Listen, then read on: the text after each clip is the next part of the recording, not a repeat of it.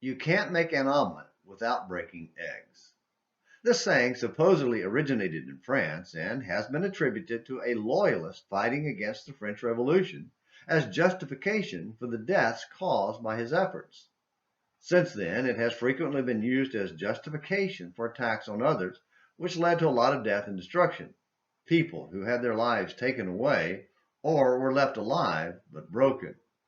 Whether the war was justified or not, it's a despicable statement in every case, because people aren't eggs to be broken and cast aside. Today's war in Ukraine begs the question, what omelet does Putin think he's making, and does he care about the people he's breaking? Once the war concludes, there will be a lot of questions about atrocities committed and punishment that should be administered. Those are geopolitical issues for others to discuss, and only time will tell how that will unfold. Regardless, there is no justification for the death and destruction he's bringing. But today's Throwback Thursday edition of Morning Minutes in the Bible on An American Missionary is about the Christian's response in the aftermath. One possible example of how we should react is found in 2 Kings 6, verses 18 through 23, when Elisha asked God to strike the surrounding Syrian army blind, and then led them into Samaria as captives for Israel's king. The king asked Elisha if he should kill them, and Elisha said no. Instead, he had them fed and released. A hard pill to swallow, but necessary nonetheless. Good people don't kill captives. Another example is from Plain Talk Magazine, February 1980. Futile Figuring by Dan Shipley.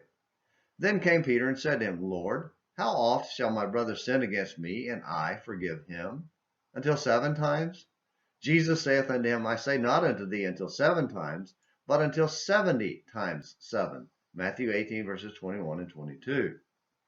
There are times when it is best to forget the arithmetic. One such time, as Jesus implies here, is when it involves extending forgiveness. Since God will not forgive the unforgiving, Matthew 6, verses 14 and 15, any limitations imposed on man's showing mercy would also limit his receiving it. The parable introduced by Peter's question makes this very point. Like the unmerciful servant, every Christian has received infinitely more than he could ever pay out in the coin of forgiveness. Why, then, this business of scorekeeping? Why taint mercy with a spirit of reluctance? Where mercy is needed, counting is criminal.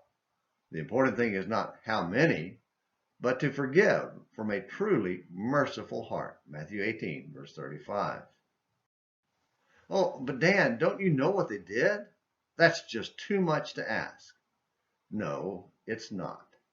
It's what Jesus does for us, so how can we withhold it from others? The omelet maker is not an egg either. Forgiveness isn't easy, nor is it optional. Thank you for watching today's Throwback Thursday edition of Morning Minutes in the Bible on An American Missionary. Until next time, this is James from McClenny hoping you have a great day.